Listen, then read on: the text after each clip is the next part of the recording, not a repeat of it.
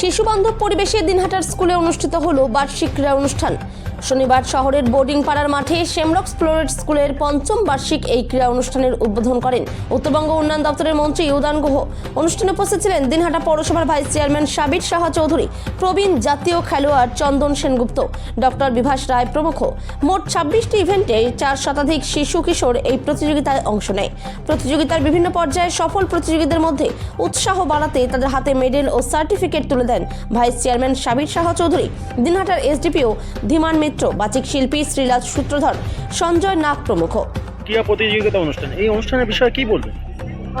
বাৎসরিক ক্রীড়া প্রতিযোগিতা বাচ্চাদের মধ্যে একটা প্রতিযোগিতা সুলভ মানসিকতা তৈরি করে এবং তার সাথে সাথে আমরা কিন্তু গার্জিয়ানরা বা টিচাররা সবসময় বাচ্চাদের আইকিউ ডেভেলপমেন্টের জন্য সবসময় চেষ্টা করি। তারপরে এখন কিছু কিছু ঘটনা হচ্ছে, তাই কিছু প্যারেন্ট হয়তো ইকিউ এর পিছনেও ঝুঁকেছে, যেটাকে বলা হয় ইমোশনাল কোশেন্ট।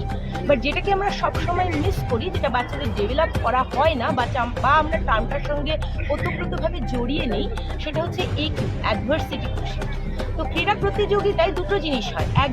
একটা ব্যাপার হচ্ছে those who are having the potential of the sports, তাদের পোটেনশিয়ালটা আইডেন্টিফিকেশন।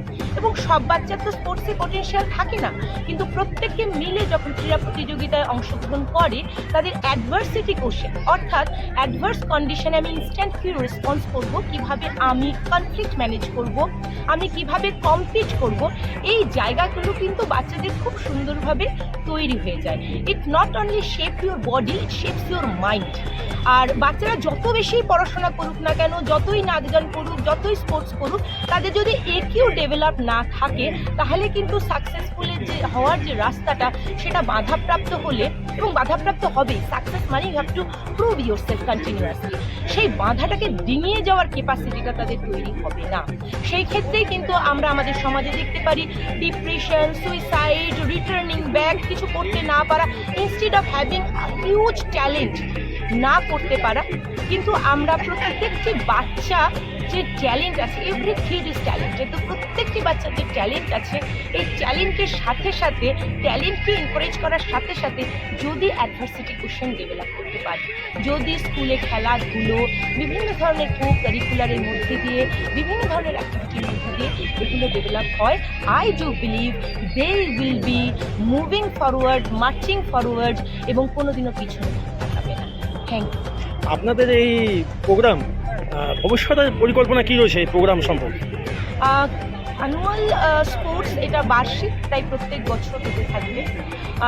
প্রত্যেক বছর আমাদের আরেকটি প্রোগ্রাম হয়, যেটাকে আমরা অ্যানুয়াল ডে বা ফাউন্ডেশন ডে সেলিব্রেট করি অগাস্ট মাসে। এই দুটো প্রোগ্রাম তো প্রত্যেক বছর হতে থাকে। এছাড়া আমরা আমাদের স্কুলে সেকুলারিজম মেনটেন করি এবং প্রত্যেকটি ধর্মাবলম্বী মানুষের জন্য প্রত্যেকটি রিলিজিয়াস সেলিব্রেশন হয়। ক্রিসমাস ডে সেলিব্রেশন হয়ে গেল কিছুদিন আগে, সামনে আসছে সরস্বতী পুজো, তারপরে ইফতার পার্টি। তো আমরা বিলিভ করি যে সর্বধর্ম সহিষ্ণুতা বাচ্চাদের মধ্যে তৈরি হওয়া দরকার, রিলিজিয়াস হারমোনি তৈরি হওয়া দরকার। স্পোর্টসের ফিল্ড থেকে রিলিজিয়ানের ফিল্ড বা কালচারাল ফিল্ড, এডুকেশনাল ফিল্ড, সব জায়গায় এক্সেল করাটাই আমাদের উদ্দেশ্য। আপনার নাম ম্যাম? পারমিতা সরকার, আমি ফাউন্ডার এবং প্রিন্সিপাল, শেমরক্স ফ্লোরেট স্কুল। ধন্যবাদ।